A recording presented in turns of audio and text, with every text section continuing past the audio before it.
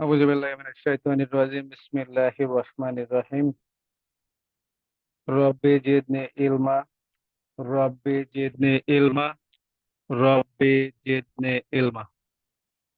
আজকে আমরা সর্বপ্রথম ধারা 59 হতে 67 ধারা পর্যন্ত আলোচনা করব।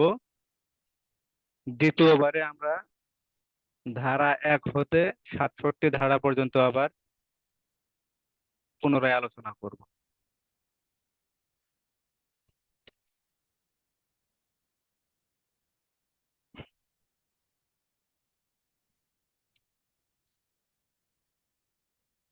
যদি কেউ বুঝতে না পারেন অবশ্যই চ্যাট বক্সে লিখবেন যে বুঝতে পারি নাই,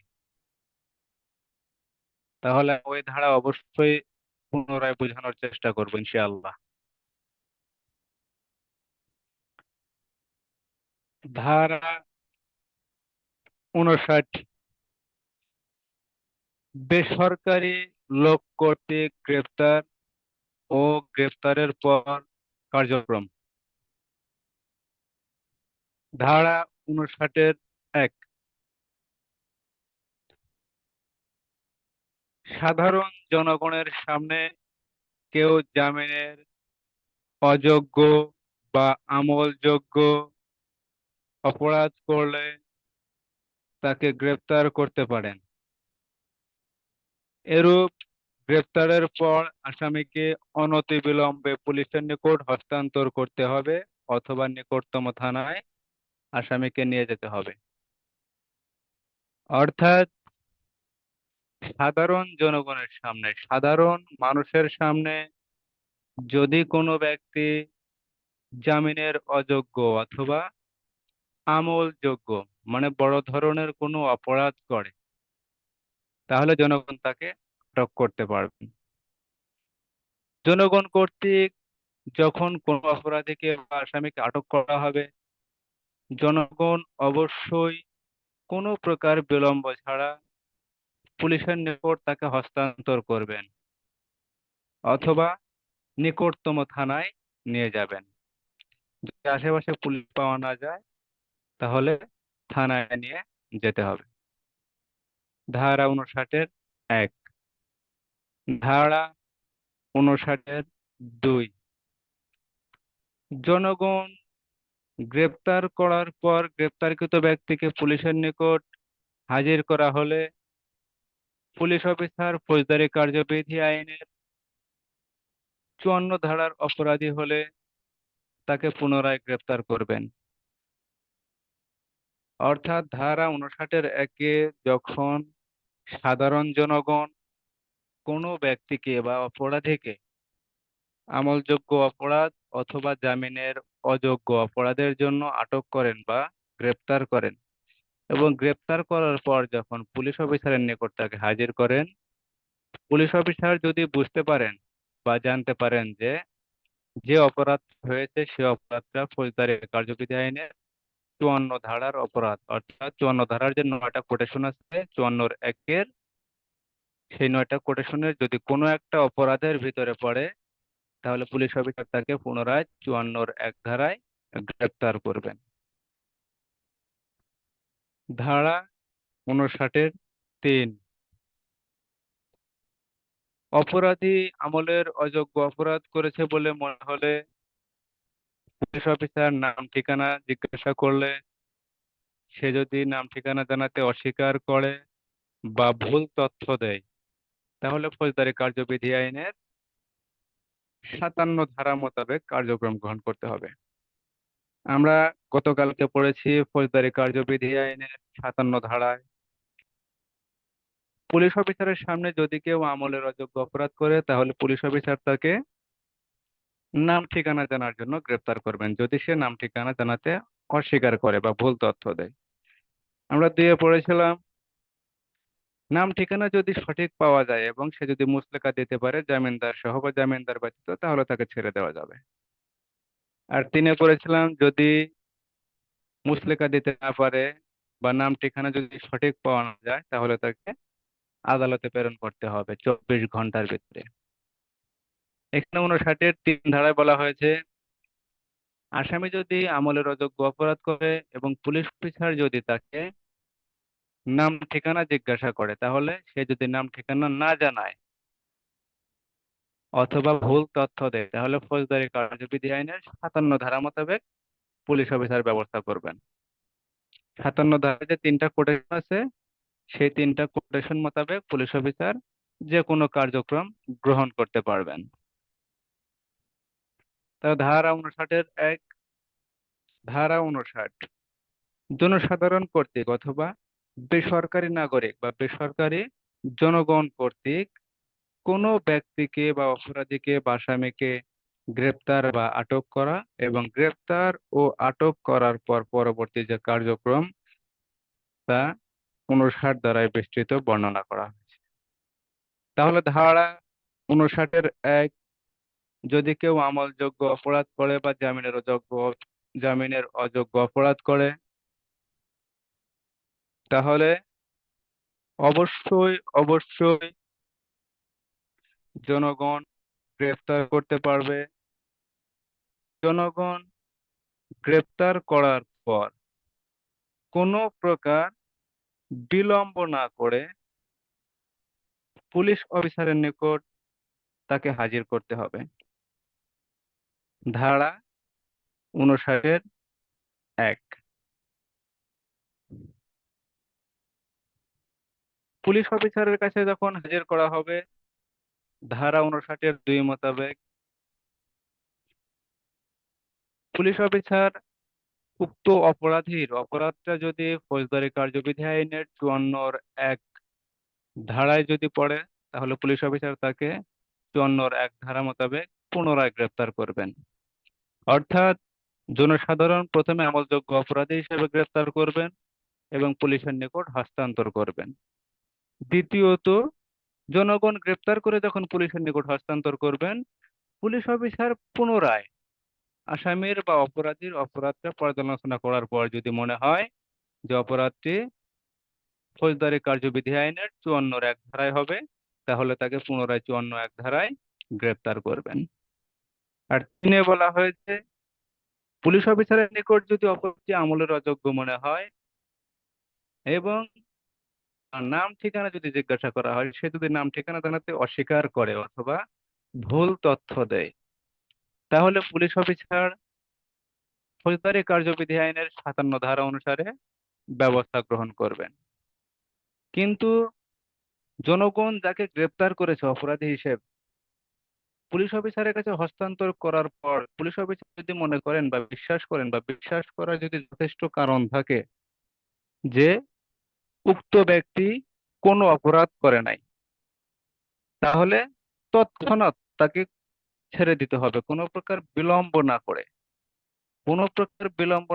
তাকে ছেড়ে দিতে হবে। ধারা 59-3, যদি বোঝা যায় অবশ্যই হ্যাঁ লিখবেন, আর যদি বুঝতে না পারেন না লিখবেন, পুনরায় বোঝানোর চেষ্টা করব। ধারা 60, ম্যাজিস্ট্রেট অথবা থানার ভারপ্রাপ্ত কর্মকর্তার নিকট প্রেরণ। গ্রেপ্তারি পরোয়ানা ব্যতীত কোনো ব্যক্তিকে গ্রেপ্তার করার পর পুলিশ অফিসার অতি দ্রুত এখতিয়ারধীন ম্যাজিস্ট্রেট অথবা থানার ভারপ্রাপ্ত কর্মকর্তার নিকট নিয়ে যাবেন। অর্থাৎ ধারা 60-এ বলা হয়েছে গ্রেপ্তারি পরোয়ানা ব্যতীত, অর্থাৎ যদি কোনো আসামিকে গ্রেপ্তারি পরোয়ানা ব্যতীত গ্রেপ্তার করা হয়, তাহলে যে অফিসার গ্রেপ্তার করবেন তিনি অবশ্যই তিনি অবশ্যই কোনো প্রকার বিলম্ব না করে থানার ভারপ্রাপ্ত কর্মকর্তা অথবা ম্যাজিস্ট্রেটের নিকট নিয়ে যাবেন। তাহলে ধারা 59 জনসাধারণ কর্তৃক কোনো অপরাধীকে গ্রেপ্তার অথবা আটক। ধারা 60, গ্রেপ্তারি পরোয়ানা ব্যতীত যদি কোনো ব্যক্তিকে গ্রেপ্তার করা হয়, তাহলে ওই পুলিশ অফিসার কোনো প্রকার বিলম্ব না করে ম্যাজিস্ট্রেট অথবা থানার ভারপ্রাপ্ত কর্মকর্তার নিকট নিয়ে যাবেন। ধারা 61, আসামিকে অনতি বিলম্বে আদালতে হাজির করতে হবে।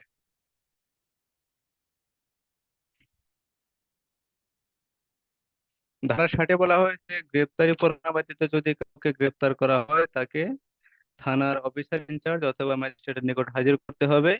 ধারা 61-তে বলা হয়েছে আসামিকে অনতি বিলম্বে অথবা কোনো প্রকার বিলম্ব না করে আদালতে হাজির করতে হবে।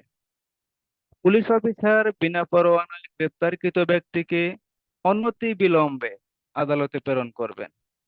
ধারা 61 এবং ধারা 81-তে একটাই কথা বলা হয়েছে, যদি পুলিশ অফিসার কোনো ব্যক্তিকে গ্রেপ্তার করেন তাহলে তাকে অবশ্যই কোনো প্রকার বিলম্ব না করে 24 ঘন্টার ভিতরে আদালতে প্রেরণ করতে হবে। 24 ঘন্টার বেশি কোনো অপরাধীকে থানায় আটক রাখা যাবে না। তাহলে ধারা 61, পুলিশ অফিসার বিনা পরোয়ানায় গ্রেপ্তারকৃত ব্যক্তিকে অনতি বিলম্বে আদালতে প্রেরণ করবেন। অপরাধীকে 24 ঘন্টার মধ্যে আদালতে ম্যাজিস্ট্রেটের নিকট হাজির করতে হবে। কিন্তু ফৌজদারি কার্যবিধি আইনের 167 ধারার বিধান না থাকলে আসামিকে আটক রাখা যাবে না। অর্থাৎ ফৌজদারি কার্যবিধি আইনের 167 ধারায় বলা হয়েছে রিমান্ড, রিমান্ডের কথা বলা হয়েছে। যদি কোনো আসামিকে রিমান্ডে নেওয়া হয় বা আদালত যদি রিমান্ড মঞ্জুর করেন সেক্ষেত্রে আসামিকে 1 দিন 2 দিন 5 দিন আদালত যেমন মঞ্জুর করবে তেমন সময় পুলিশের হেফাজতে আটক রাখা যাবে। তা ব্যতীত কোনো আসামিকে 24 ঘন্টার বেশি পুলিশ হেফাজতে রাখা যাবে না। ধারা 61 এবং 81, ধারা 61 এবং 81। তাহলে ধারা 59-এ বলা হয়েছে জনসাধারণ কর্তৃক আমলযোগ্য অথবা জামিনের অযোগ্য আসামি গ্রেপ্তার। ধারা 60-এ বলা হয়েছে বিনা পরোয়ানায় যদি কোনো আসামিকে গ্রেপ্তার করা হয় তাকে অনতিবিলম্বে ম্যাজিস্ট্রেট অথবা থানার ভারপ্রাপ্ত কর্মকর্তার নিকট নিয়ে যেতে হবে। ধারা 61-তে বলা হয়েছে আসামিকে অনতিবিলম্বে 24 ঘন্টার ভিতরে আদালতে প্রেরণ করতে হবে। আসামিকে যদি 167 ধারার বিধান না থাকে অর্থাৎ রিমান্ডের যদি আদেশ না থাকে তাহলে আসামিকে আটক রাখা যাবে না। ধারা 61 এবং 81। যদি বোঝা যায় হ্যাঁ লিখবেন, বোঝা না গেলে অবশ্যই না লিখবেন, পুনরায় বোঝাবো। ধারা 62, থানার ভারপ্রাপ্ত কর্মকর্তা কর্তৃক রিপোর্ট প্রদান।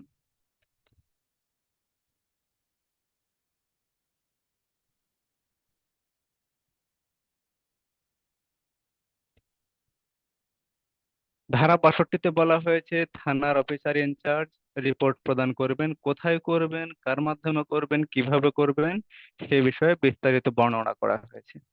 ধারা 62, থানার ভারপ্রাপ্ত কর্মকর্তা স্ব থানা এলাকায় বিনা পরোয়ানায় গ্রেপ্তারকৃত ব্যক্তি এবং তাদের জামিন দেওয়া হলে সে বিষয়ে চিফ মেট্রোপলিটন ম্যাজিস্ট্রেট এবং চিফ জুডিশিয়াল ম্যাজিস্ট্রেটের নিকট রিপোর্ট প্রদান করবেন।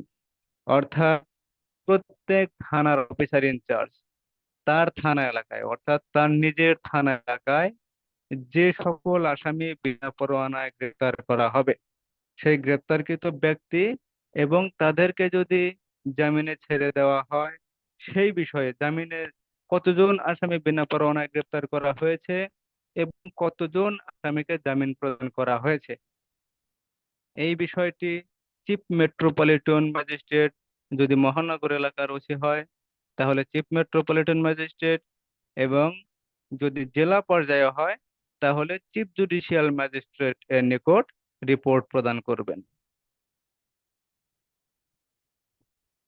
তাহলে থানার ভারপ্রাপ্ত কর্মকর্তা কোথায় রিপোর্ট প্রদান করবেন?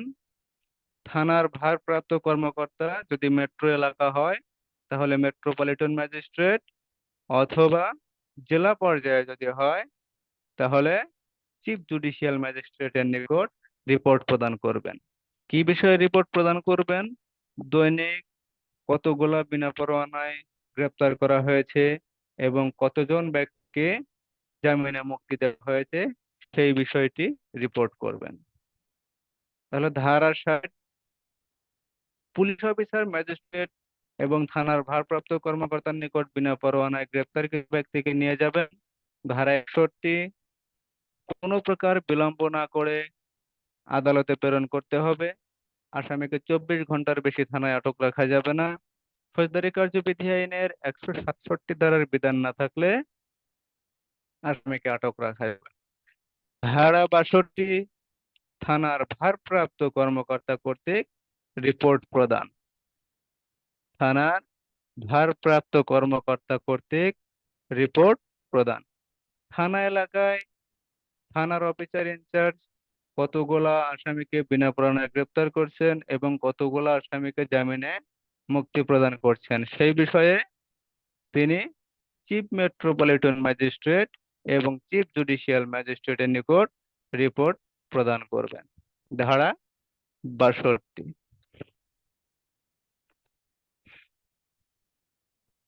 ধারা 63, জামিন, মুচলেকা বা আদালতের বিশেষ আদেশ। পুলিশ অফিসার গ্রেপ্তারকৃত ব্যক্তিকে তার নিজের মুচলেকা, জামিন বা ম্যাজিস্ট্রেটের বিশেষ আদেশ ব্যতীত ছেড়ে দিতে পারবেন না। ধারা 63, অর্থাৎ পুলিশ অফিসার যাকে গ্রেপ্তার করবেন তিনি যদি মুচলেকা দিতে পারেন অথবা জামিনের আদেশ দেখাইতে পারেন অথবা ম্যাজিস্ট্রেটের বিশেষ আদেশ দেখাতে পারেন তাহলে ছেড়ে দেওয়া যাবে। যদি এইরূপ কোন আদেশ দেখাইতে না পারেন তাহলে তাকে ছেড়ে দিতে পারবেন না। ধারা 63, জামিন, মুচলেকা বা ম্যাজিস্ট্রেটের বিশেষ আদেশ ব্যতীত আসামিকে ছেড়ে দেওয়া যাবে না।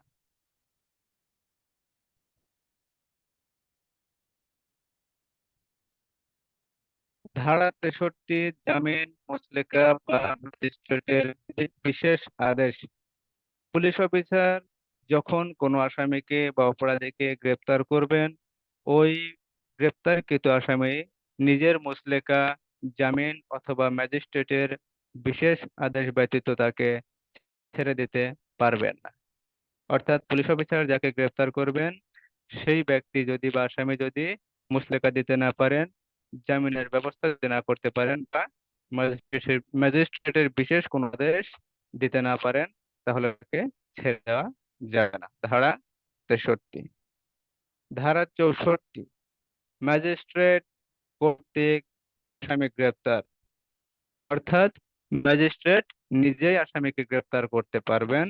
ধারা 64, যখন কোনো ব্যক্তি ম্যাজিস্ট্রেটের উপস্থিতিতে ও তার এখতিয়ারধীন স্থানীয় সীমারেখার মধ্যে অপরাধ করে তাহলে ম্যাজিস্ট্রেট নিজে উক্ত আসামিকে গ্রেপ্তার করতে পারেন অথবা অপর কোনো ব্যক্তিকে গ্রেপ্তারের আদেশ দিতে পারেন।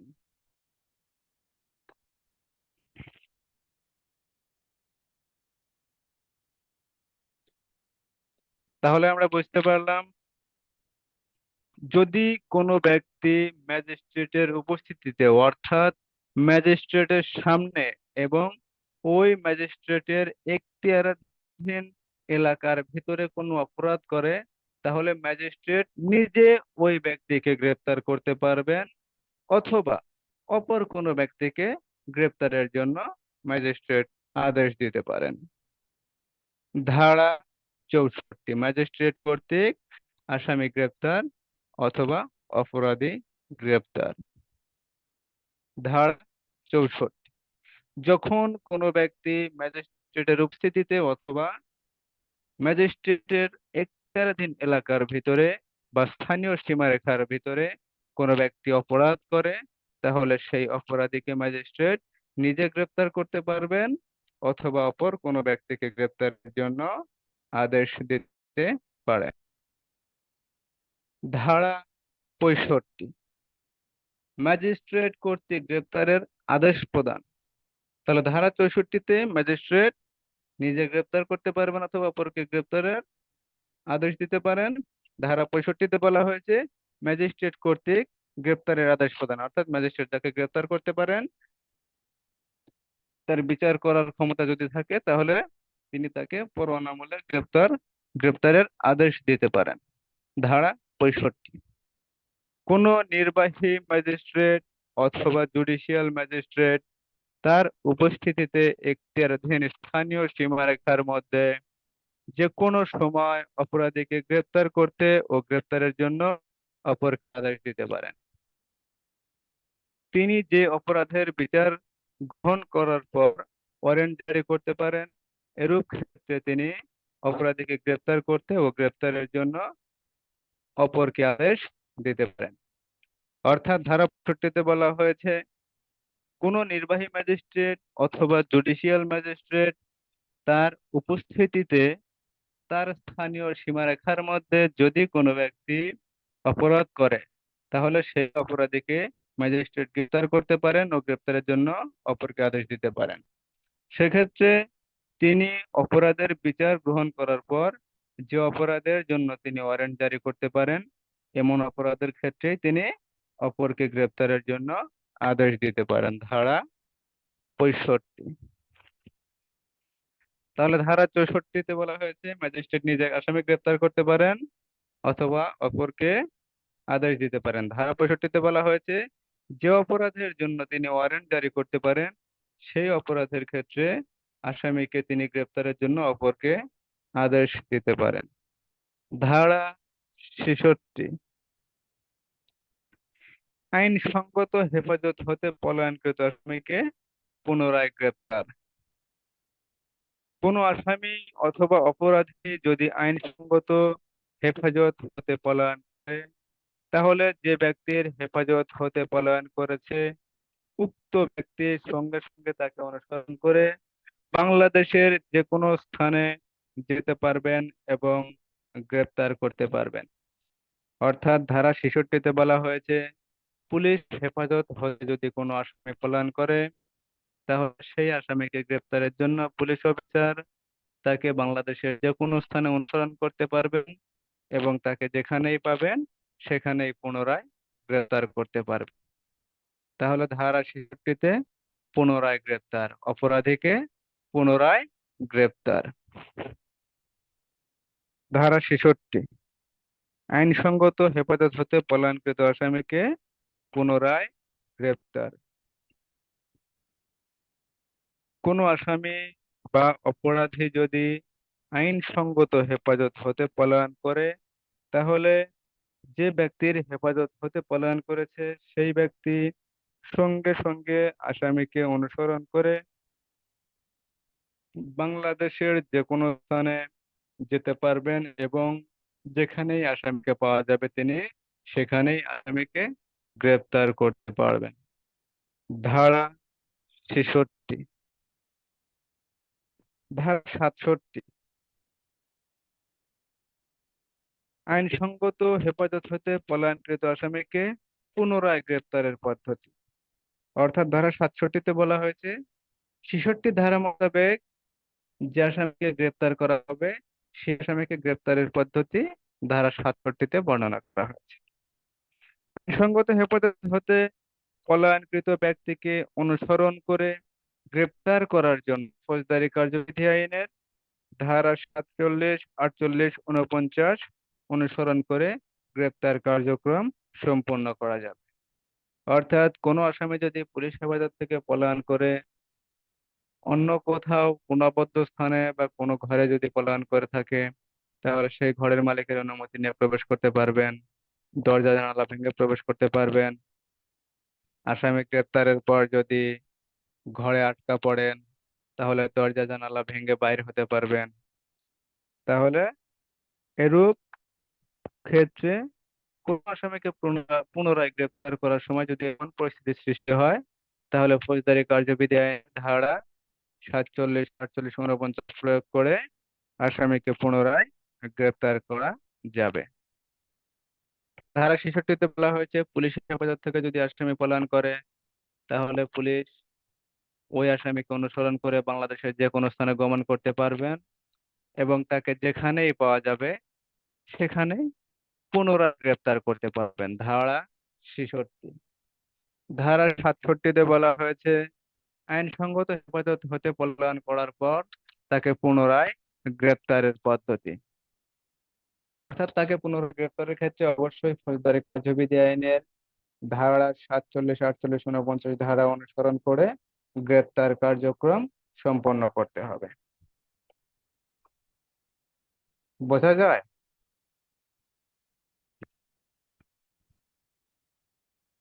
হ্যাঁ অথবা না, একটু লেখেন যে বোঝা যায় কি বোঝা যায় না।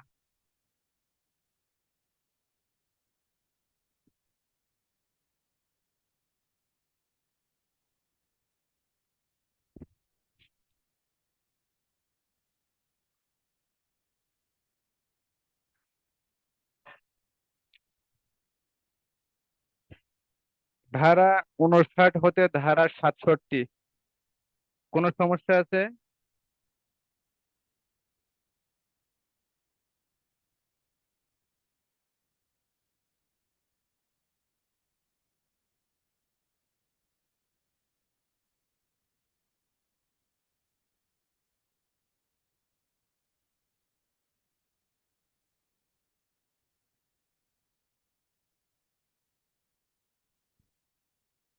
আপনারা একটা কাজ করবেন, যেহেতু পড়াশোনা রানিং চলছে, আশা করি ইনশাল্লাহ চলবে যতদিন আছি, চেষ্টা করব পরীক্ষা পর্যন্ত।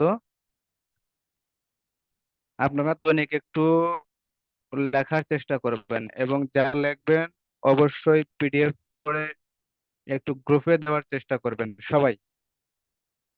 তাহলে পড়ার দিকে একটু সবাই মনোযোগী হবে, আমি বিশ্বাস করি যেটা। আমি নিজেও এই কাজটা করি, যতটুকু পড়ি তার চেয়ে বেশি লেখার চেষ্টা করি।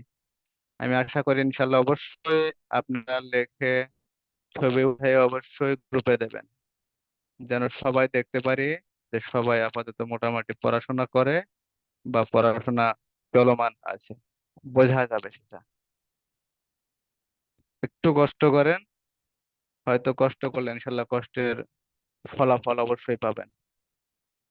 যারা বুদ্ধিমান, যারা ব্রেনী ছাত্র, তারা অনেক সময় ঝরে পড়ে, কিন্তু যারা চেষ্টা করে, পরিশ্রম করে, পরিশ্রম কখনো বৃথা যায় না, পরিশ্রম কখনো বিট্রে করে না। বুঝতে পারছেন? আজ অথবা কাল পরিশ্রমের ফলাফল ইনশাল্লাহ অবশ্যই পাবেন। কিন্তু যারা ব্রেনী ছাত্র, অনেক সময় দেখা যায় যে ব্রেনী ছাত্ররা বেশি আত্মবিশ্বাসী থাকে, বেশি আত্মবিশ্বাসের কারণে অনেক সময় ঝরে পড়ে। কিন্তু যারা পরিশ্রম করে, যারা লেগে থাকে, যারা আত্মবিশ্বাসী, তারা কখনো ঝরে পড়ে না। আপনারা ইনশাল্লাহ চেষ্টা করেন নিজের মতো করে। আমি আছি ইনশাল্লাহ, যতটুকু সাপোর্ট করতে পারি আমি চেষ্টা করব সাপোর্ট দেওয়ার জন্য। ঠিক আছে? আর প্রত্যেক দিন ক্লাস ইনশাল্লাহ 10টা থেকে শুরু হবে। যদি কোনো সমস্যা আমার না হয় তাহলে ইনশাল্লাহ 10টা থেকেই হবে, যতটুকু ইনশাল্লাহ পারি সময় চেষ্টা করব। আর প্রতিদিন সর্বপ্রথম নতুন ধারা শুরু করব। নতুন ধারা শুরু করার পর পরবর্তীতে যখন সময় পাবো পুরাতন ধারাগুলা আমি রিভাইজ করার চেষ্টা করব। ঠিক আছে? আপনারা ইনশাল্লাহ সাথে থাকার চেষ্টা করবেন, এটুকু হলেই হবে। আর আমি প্রতিদিনের ক্লাস ভিডিও রেকর্ডিং করতেছি, এটা রেকর্ডিং আমার একটা ইউটিউব চ্যানেল আছে, আমি সেখানে দিয়ে দেব। আপনারা চাইলে দেখে নিতে পারবেন পুনরায়, ইউটিউব চ্যানেলের লিঙ্কটা দেওয়া আছে। যদি কারো মনে চায় আপনারা যা সেখানে দেখতে পারেন, পুনরায় দেখতে পারবেন। আর যদি মনে করেন যে না, আমি ক্লাসে যা বোঝার বুঝতে পারছি, আমার কোনো সমস্যা নাই, তাহলে দেখার প্রয়োজন নাই। তবে কষ্ট করে একটু লেখে অবশ্যই গ্রুপে দেবেন, তাহলে ভালো। আবার ধারা 59 হতে 67 পর্যন্ত পুনরায় একটু আলোচনা করব। ধারা 59, বেসরকারি লোক কর্তৃক গ্রেপ্তার ও গ্রেপ্তারের পর কার্যপদ্ধতি। ধারা 59-এর 1, জনসাধারণের সামনে যদি কোনো ব্যক্তি আমলযোগ্য অপরাধ করে, অর্থাৎ অপরাধটা যদি বড় ধরনের হয় এবং জামিনের অযোগ্য হয়, তাহলে জনসাধারণ ওই ব্যক্তিকে বা অপরাধীকে আটক করতে পারবেন অথবা গ্রেপ্তার করতে পারবেন। এরূপ গ্রেপ্তারের পর জনসাধারণ অবশ্যই গ্রেপ্তারকৃত ব্যক্তিকে বা অপরাধীকে অনতিবিলম্বে পুলিশের নিকট হস্তান্তর করবেন, অথবা পুলিশ অফিসার যদি আশেপাশে পাওয়া না যায় তাহলে নিকটতম থানায় প্রেরণ করবেন। ধারা 59(2) জনগণ কর্তৃক গ্রেপ্তারকৃত ব্যক্তিকে পুলিশ অফিসার পুনরায় ফৌজদারি কার্যবিধি আইনের 54(1) ধারা মোতাবেক অপরাধী হলে পুনরায় গ্রেপ্তার করবেন। তাহলে 54(1)-এ বলা হয়েছে জনসাধারণ গ্রেপ্তার করে পুলিশের নিকট হস্তান্তর করবেন অথবা থানায় প্রেরণ করবেন। দিয়ে বলা হয়েছে হস্তান্তর করার পর পুলিশ অফিসার যদি মনে করেন যে অপরাধী ফৌজদারি কার্যবিধি আইনের 54(1) ধারা মোতাবেক অপরাধী, তাহলে তাকে ফৌজদারি কার্যবিধি আইনের 54(1) ধারা মোতাবেক পুনরায় গ্রেপ্তার করবেন। 59(3) সে আসামি যদি আমলের অযোগ্য অপরাধ করে বলে মনে হয়, তাহলে পুলিশ অফিসার তার নাম ঠিকানা জিজ্ঞাসা করবেন। সে যদি নাম ঠিকানা সঠিক না দেয় বা জানা যদি অস্বীকৃতি করে অথবা ভুল তথ্য দেয়, তাহলে ফৌজদারি কার্যবিধি আইনের 57 ধারা মোতাবেক ব্যবস্থা গ্রহণ করবেন। কিন্তু অপরাধী অপরাধ করেছে মর্মে যদি বিশ্বাস না হয়, তাহলে তাকে তৎক্ষণাৎ ছেড়ে দিতে হবে।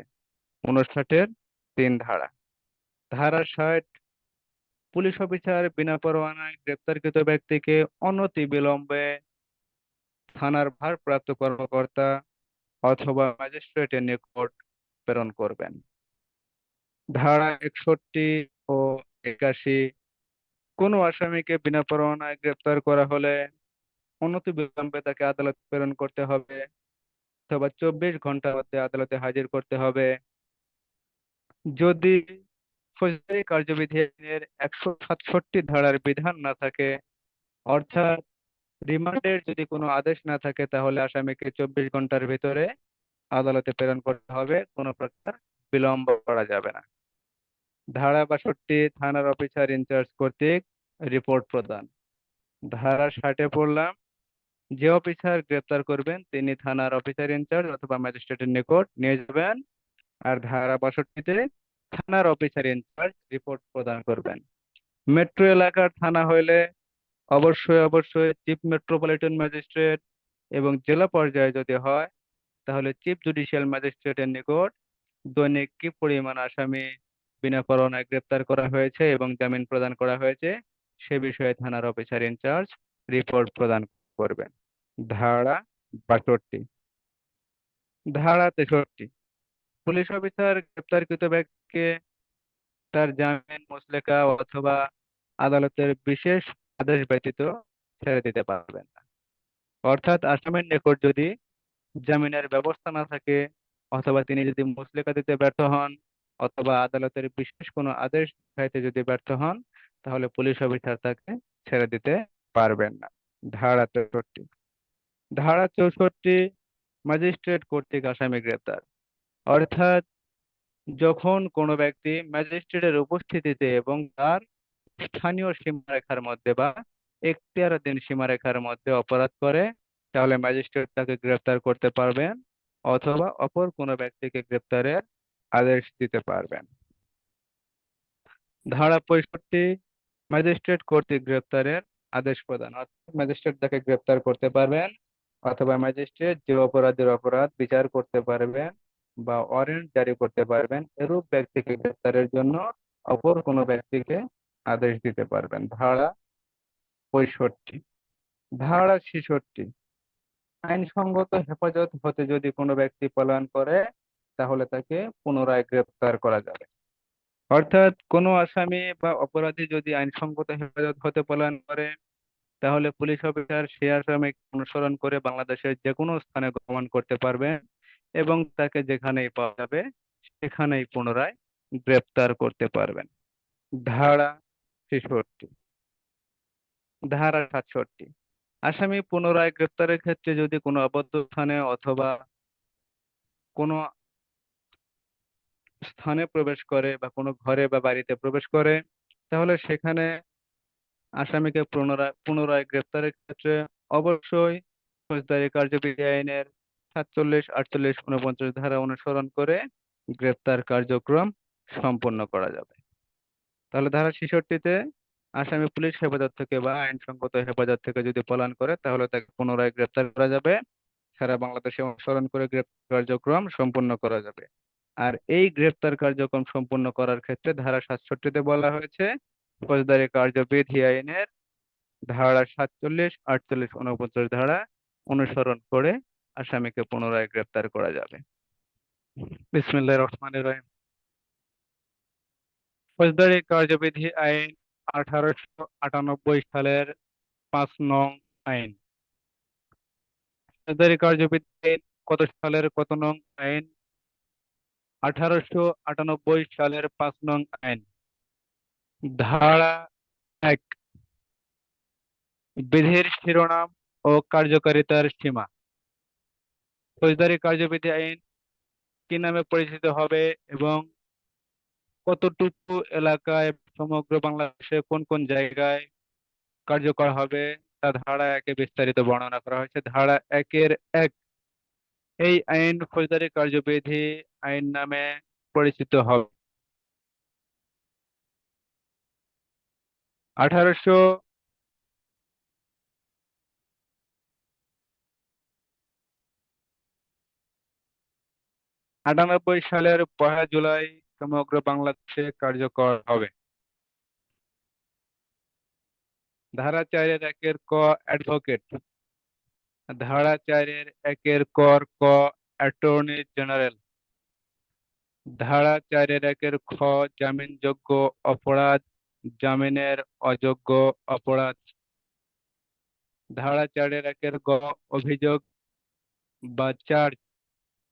ধারা 4-এর 1-এর চ, আমলযোগ্য অপরাধ, আমলযোগ্য মামলা, আমলযোগ্য কেস। ধারা 4-এর 1-এর বর্গীয় জ, নালিশ। ধারা 4-এর 1-এর ট, ইনকোয়ারি বা অনুসন্ধান। ধারা 4-এর 1-এর ঠ, তদন্ত। ধারা 4-এর 1-এর ধ, আমলের অযোগ্য অপরাধ, মামলা অথবা কেস। ধারা 4-এর 1-এর মূর্ধন্য অপরাধ। ধারা 4-এর 1-এর খ, থানার ভারপ্রাপ্ত কর্মকর্তা। ধারা 4-এর 1-এর ধ, থানা।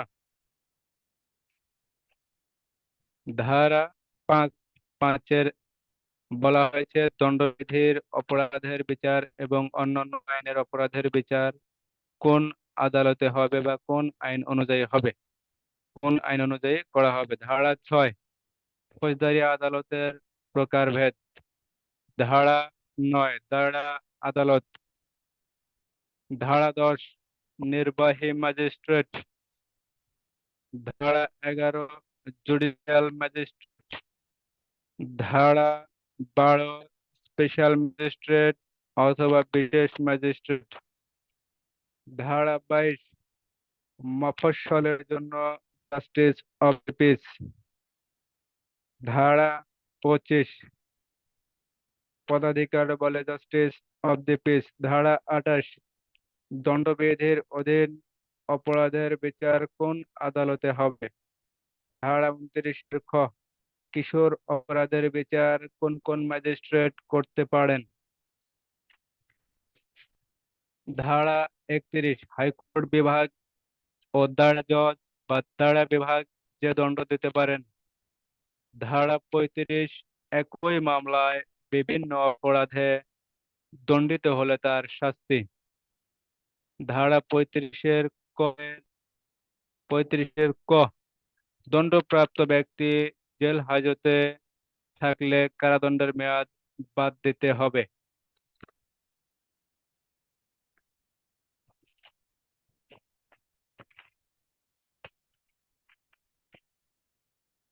ধারা 42, ম্যাজিস্ট্রেট ও পুলিশ অফিসার যুক্তিসঙ্গত সাহায্য দাবি করলে জনগণ সাহায্য করতে বাধ্য।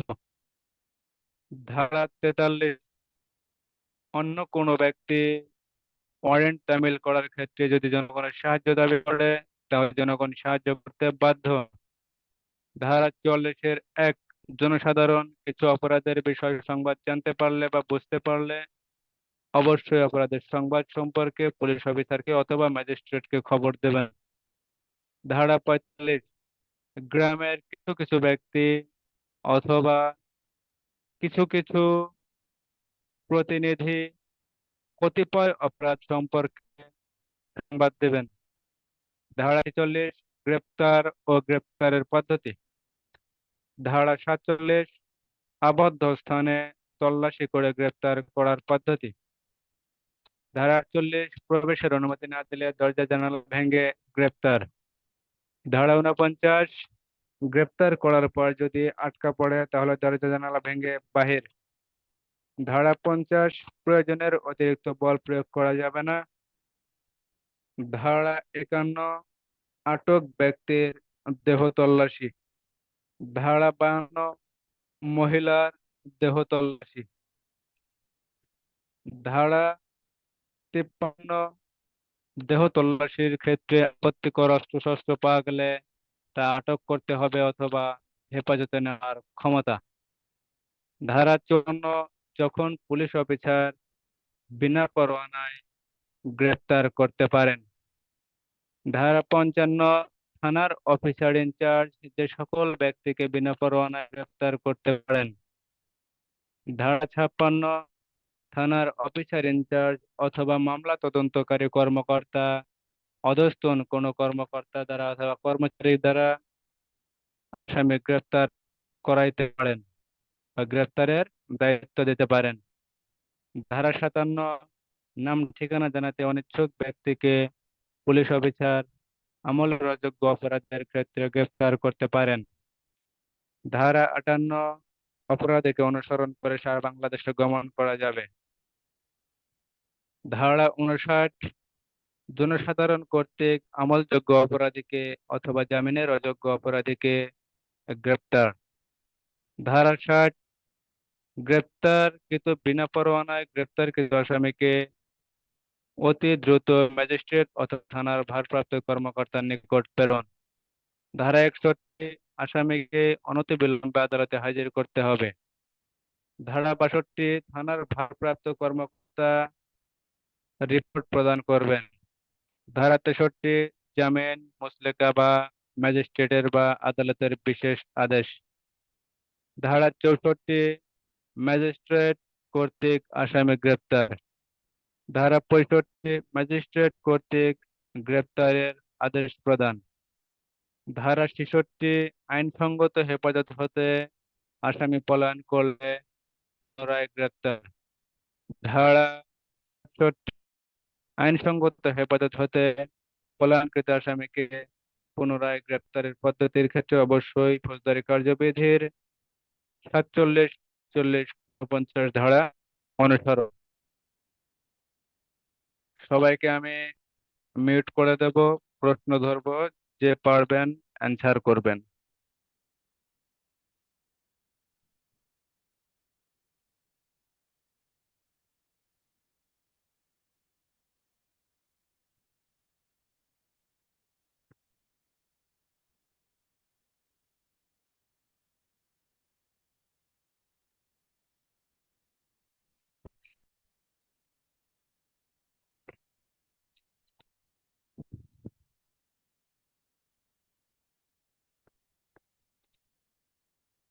বিশ্বজিৎ কুমার,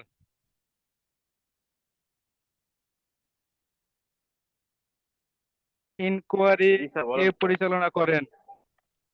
ইনকোয়ারি কে পরিচালনা করেন?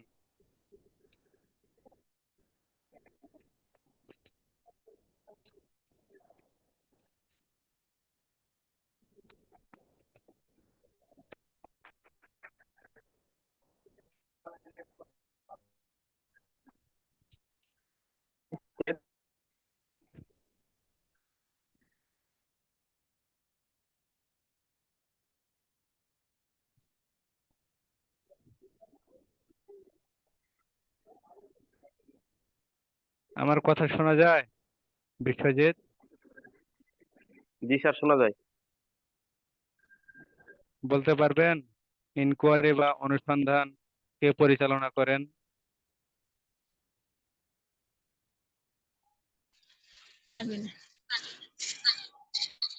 এবার বলেন।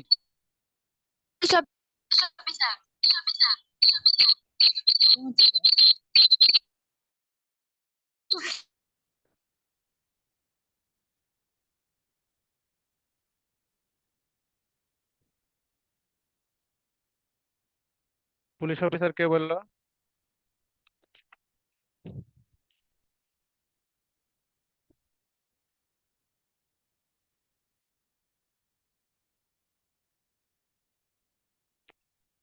রিমা খাতুন। ইনকোয়ারি কি পুলিশ অফিসার করেন? না আদালত বা ম্যাজিস্ট্রেট করেন?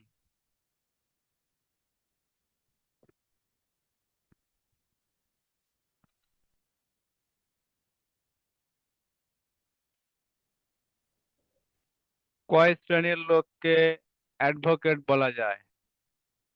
3 শ্রেণীর।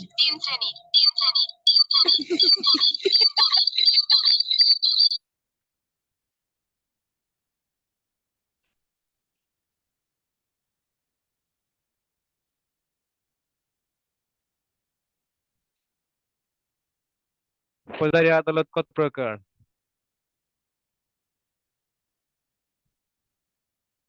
দুই প্রকার স্যার।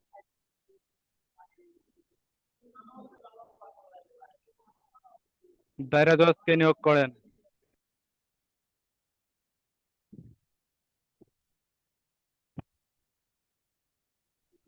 সরকার। দায়রা জজ।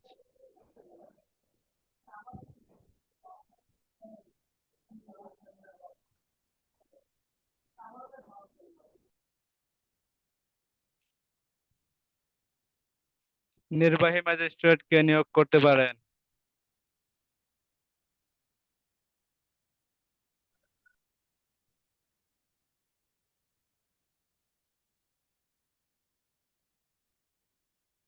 নির্বাহী ম্যাজিস্ট্রেট কে নিয়োগ করতে পারেন? ধারা 10।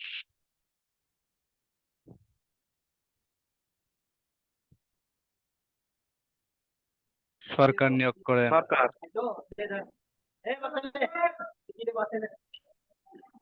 জাস্টিস অফ দি পিস কাকে নিয়োগ করা যায়? বিদেশী নাগরিক নহে।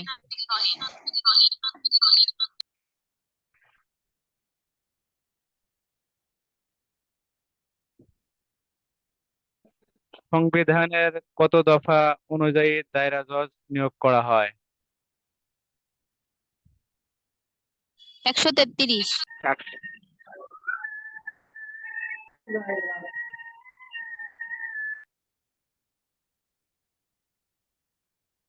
কোন কোন ব্যক্তিকে জুডিশিয়াল ম্যাজিস্ট্রেট নিয়োগ করা যায়?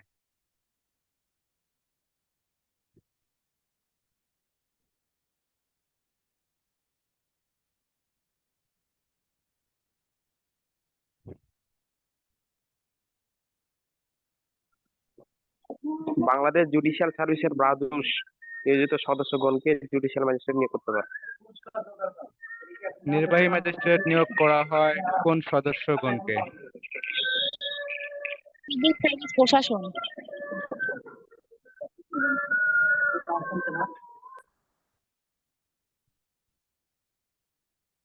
নালিশ কোথায় করতে হয়? ম্যাজিস্ট্রেটের নিয়োগ। কোথায়? ম্যাজিস্ট্রেটের নিয়োগ। ঠিক আছে। দেওয়ানি আদালতে নালিশকে কি বলা হয়? আরজি।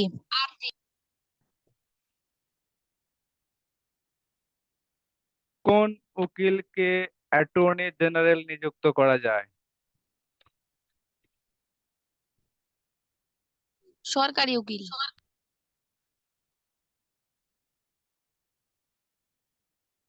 জনসাধারণ সন্দেহ বলে কোনো ব্যক্তিকে গ্রেফতার করতে পারেন?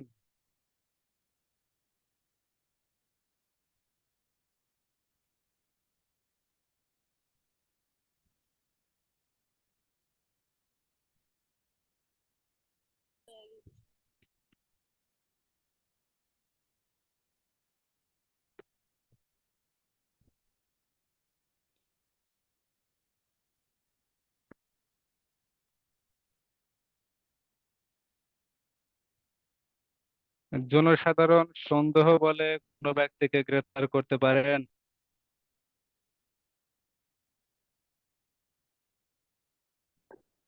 পারেন না। ধারা 59।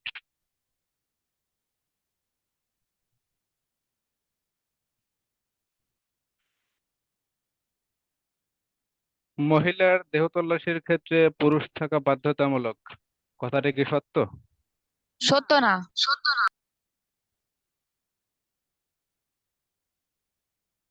ধারা 54 এর 8 নম্বর কোটেশন কি?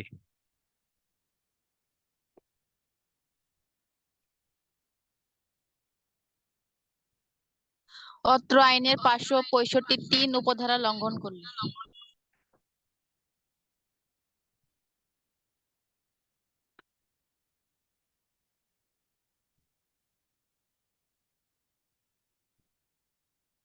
পুলিশের কোন সদস্যকে স্পেশাল ম্যাজিস্ট্রেট নিয়োগ করা যায়?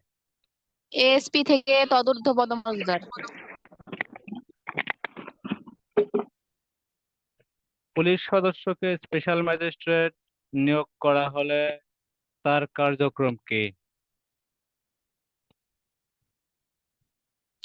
অপরাধ দমন এবং আইন শৃঙ্খলা রক্ষা।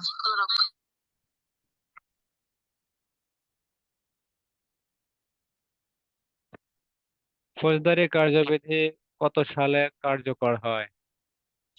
1898 সালের 1 আগস্ট।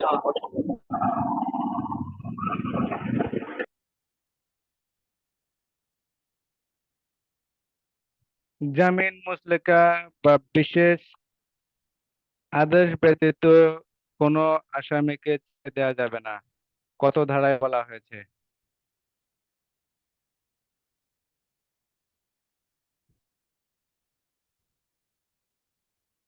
আজকের ক্লাসের পড়া।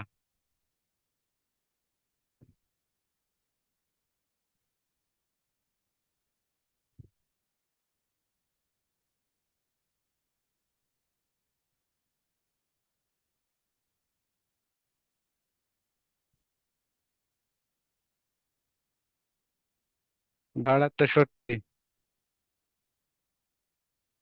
থানার অফিসার ইনচার্জ তার থানা এলাকায় বিনা পরোয়ানায় গ্রেপ্তারকৃত ব্যক্তি সম্পর্কে কোথায় রিপোর্ট প্রদান করবেন?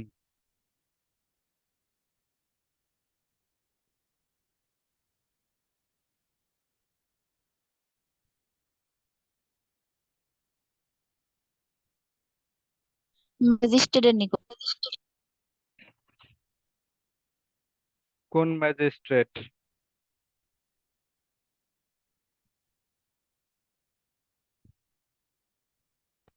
অত্র এলাকার দায়িত্বপ্রাপ্ত। মেট্রো এলাকায় যদি হয় চিফ মেট্রোপলিটন ম্যাজিস্ট্রেট, এবং জেলা পর্যায়ে যদি হয় চিফ জুডিশিয়াল ম্যাজিস্ট্রেটের নিকট রিপোর্ট প্রদান করবেন। ফৌজদারি কার্যবিধি আইনের ধারা 55(1) মোতাবেক থানার অফিসার ইনচার্জ বিনা পরোয়ানায় গ্রেপ্তার করতে পারেন কয় শ্রেণীর ব্যক্তিকে?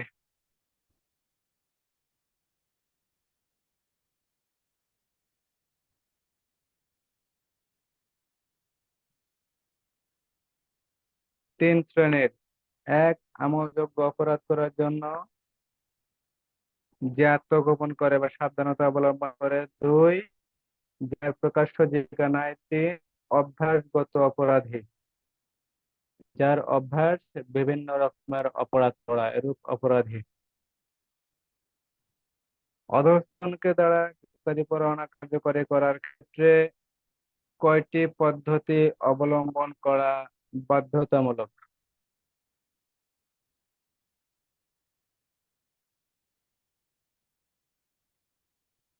থানার অফিসার ইনচার্জ অথবা মামলা তদন্তকারী কর্মকর্তা অধস্তন দ্বারা কোনো আসামি গ্রেপ্তার করার ক্ষেত্রে কয়টি পদ্ধতি অবলম্বন করবেন?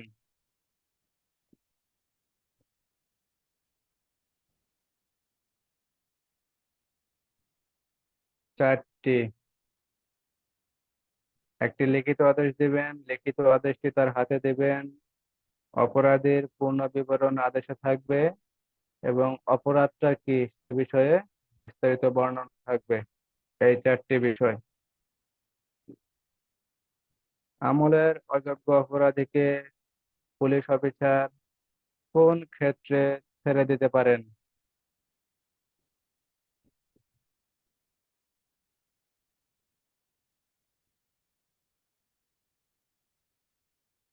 আমলের অযোগ্য অপরাধীকে বা আসামিকে পুলিশ অফিসার কোন ক্ষেত্রে ছেড়ে দিতে পারে?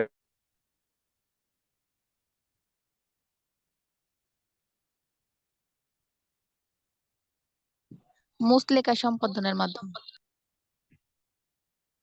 মুচলেকা সম্পাদনের মাধ্যমে ছেড়ে দিতে পারেন, জামিনদার সহ অথবা জামিনদার ব্যতীত।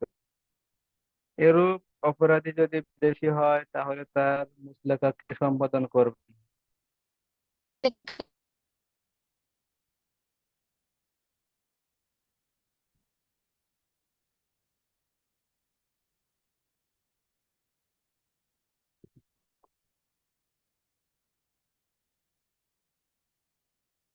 ফৌজদারি কার্যবিধি আইনের 57 ধারা মোতাবেক আসামি বা অপরাধী যদি বিদেশি হয় তাহলে তার মুচলেকার জামিনদারের ক্ষেত্রে বাংলাদেশে কতজন নাগরিক জামিনদার হতে হবে? একজন, দুইজন,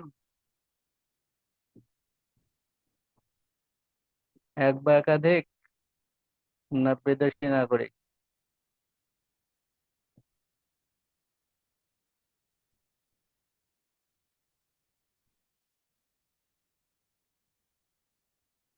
এক বা একাধিক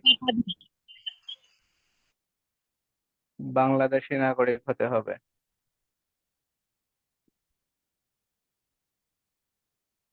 আইনসঙ্গত হেফাজত হতে কোনো আসামি পলায়ন করলে এবং কোনো আপাতত স্থানে যদি পলায়ন করে তাহলে সেই ক্ষেত্রে আসামি গ্রেপ্তারের ক্ষেত্রে কি পদ্ধতি অবলম্বন করতে হবে?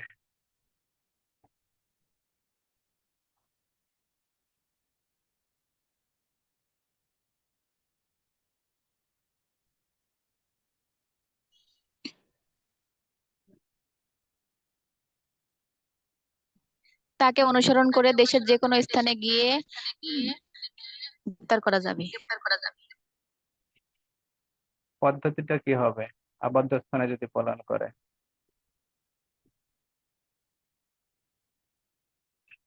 গৃহের মালিকের অনুমতি। ফৌজদারি কার্যবিধি আইনের 47, 48, 49 ধারা অনুসরণ করে গ্রেপ্তার কার্যক্রম সম্পন্ন করতে হবে। সবাই একটু বেশি বেশি পড়বেন, বেশি বেশি পড়লে এর ভিতর থেকেই এমসিকিউ প্রশ্ন যেমন হবে, এমসিকিউ প্রশ্নগুলোর অ্যান্সার দিতে পারবেন, কোনো সমস্যা হবে না। একটু সময় নিয়ে পড়বেন আর বেশি বেশি লেখার চেষ্টা করবেন, তাহলে মনে থাকবে বেশি। আর বেশি বেশি আস্তাগফিরুল্লাহ পড়বেন, আস্তাগফিরুল্লাহ, আস্তাগফিরুল্লাহ, আস্তাগফিরুল্লাহ। ঠিক আছে? আর যার ধর্ম অনুযায়ী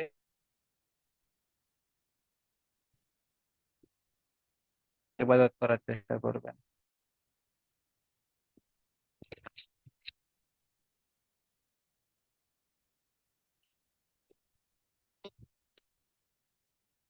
আদালতের রায় প্রদানের ক্ষেত্রে রহিমকে 10 বছরের কারাদণ্ড প্রদান করা হলো, কিন্তু রহিম পূর্ব হতেই 13 বছর হাজতবাসকাল ছিল। এক্ষেত্রে রহিমকে ছেড়ে দেওয়ার বিধান কি?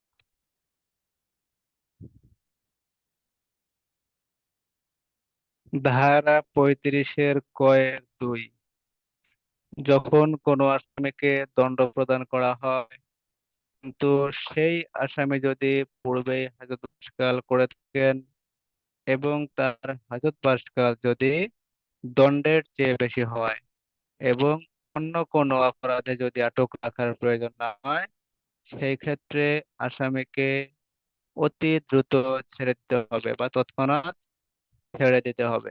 ধারা 35-এর কয়ের 1, 2। ধারা 35-এর কয়ের 2। এক্ষেত্রে আসামিকে যদি অর্থদণ্ড প্রদান করা হয়, তাহলে তা মওকুফ করে দিতে হবে। এই বিধি মোতাবেক আসামিকে ছেড়ে দেওয়া যায়।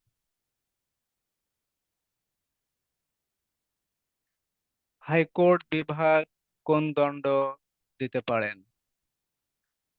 মৃত্যুদণ্ড, যাবজ্জীবন দণ্ড। কারাদণ্ড, 10 বছরের সশ্রম কারাদণ্ড, সবগুলো। সবগুলো। যুগ্ম দায়রা জজ কোন ধরনের শাস্তি প্রদান করতে পারেন? 9 বছর কারাদণ্ড, 11 বছর কারাদণ্ড, যাবজ্জীবন কারাদণ্ড, মৃত্যুদণ্ড।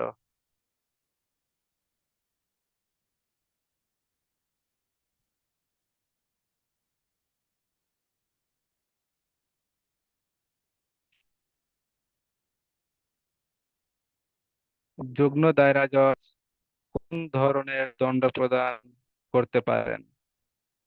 9 বছরের কারাদণ্ড, 11 বছরের কারাদণ্ড, যাবজ্জীবন কারাদণ্ড, মৃত্যুদণ্ড। 9 বছর কারাদণ্ড। কারণ 10 বছরের অধিক কোনো কারাদণ্ড যুগ্ম দায়রা জজ দিতে পারেন না। ফৌজদারি কার্যবিধি আইনে কিশোর অপরাধের বিচার কোন কোন ম্যাজিস্ট্রেট করতে পারেন?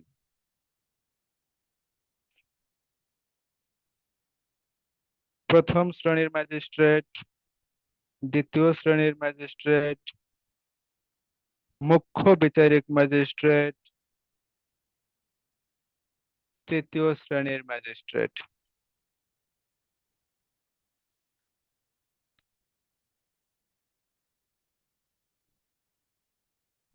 মুখ্য বিচারিক ম্যাজিস্ট্রেট। সঠিক, মুখ্য বিচারিক ম্যাজিস্ট্রেট। দণ্ডবিধির অপরাধের অনুসন্ধান, তদন্ত, বিচার ব্যবস্থা কোন আইন অনুযায়ী হবে? ফৌজদারি। দ-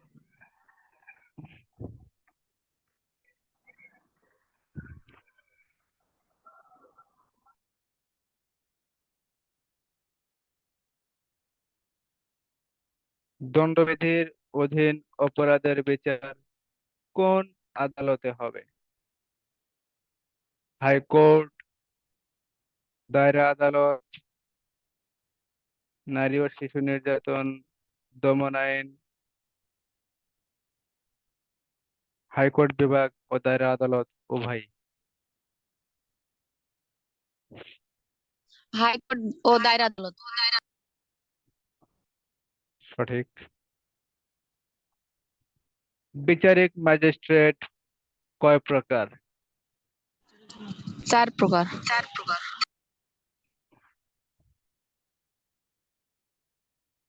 জুডিশিয়াল ম্যাজিস্ট্রেট সংবিধানের কত দফার শর্তানুসারে নিয়োগ করা হয়? 113। 113 দফা।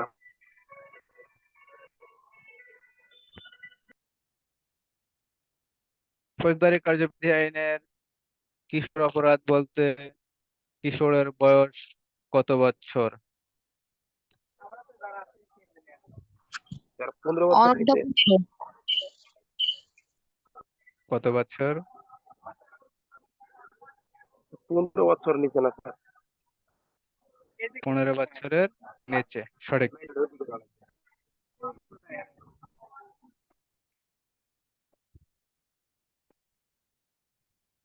কোন অপরাধের ক্ষেত্রে অপরাধীকে বিনা পরোয়ানায় গ্রেপ্তার করা যায়? আমলযোগ্য। তদন্ত কার্যক্রম কে পরিচালনা করেন?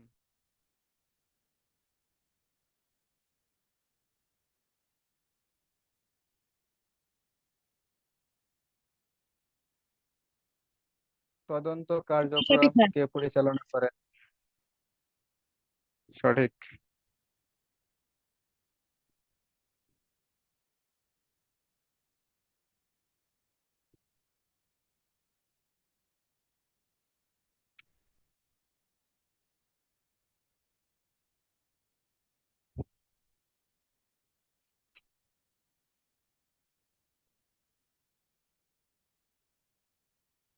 ফৌজদারি আদালতে কোন তিনটি আইন কাজে লাগে?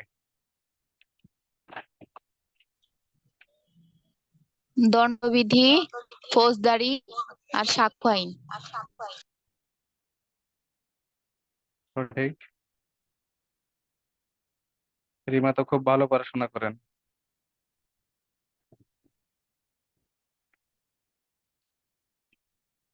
এভাবেই পড়বেন, ইনশাল্লাহ কাজে লাগবে আপনার পরীক্ষা সামনের বছর।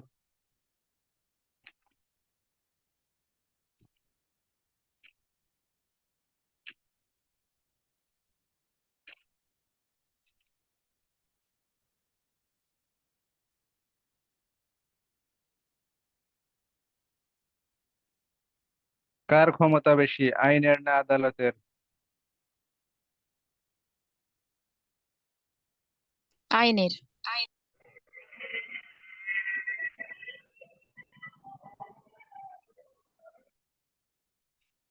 সঠিক।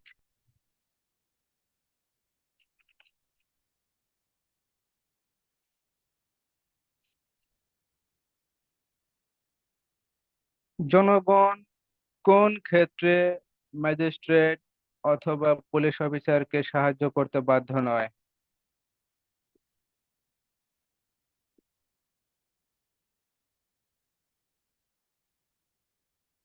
অপশন দেন স্যার।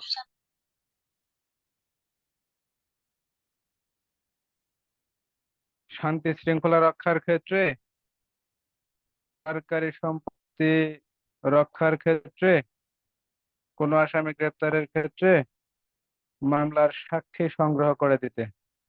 মামলার সাক্ষী সংগ্রহ করতে। ভয়।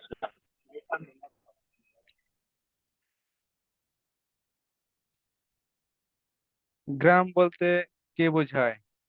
গ্রামের গাছপালা, জমিকে বোঝায়। জমি। সঠিক।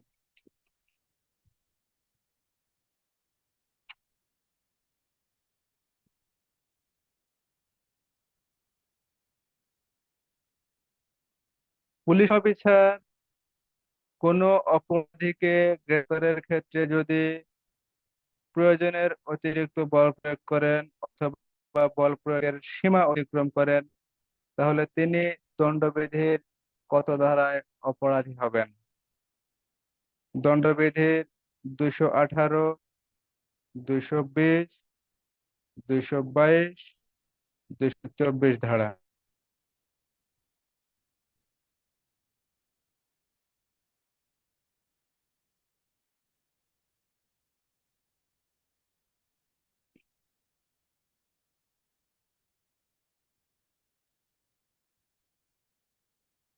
দণ্ডবিধির 220 ধারা।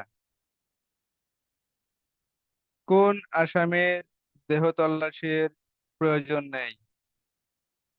আমলযোগ্য অপরাধী, আমলের অযোগ্য অপরাধী, রিমান্ডের আসামি, জামিনের ব্যবস্থা আছে এমন আসামি?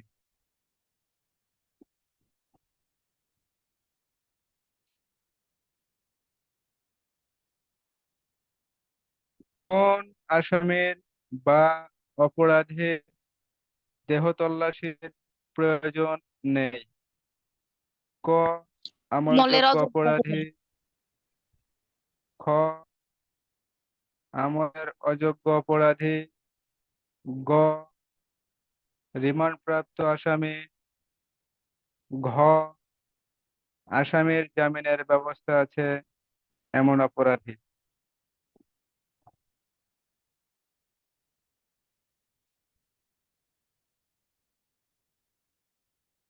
যেই আসামির জামিনের ব্যবস্থা আছে তার দেহ তল্লাশির প্রয়োজন নেই। আছে? জি স্যার।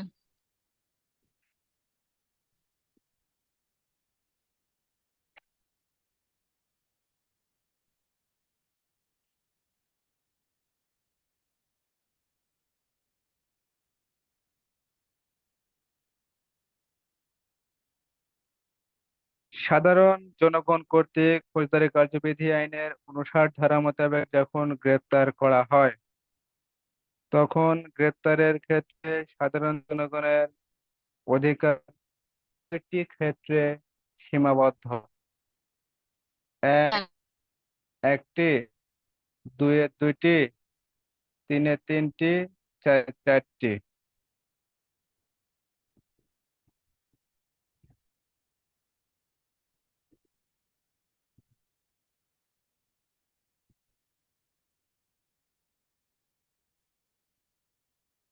অর্থাৎ সাধারণ মানুষের ক্ষেত্রে গ্রেপ্তারের অধিকার দুইটি ক্ষেত্রে সীমাবদ্ধ।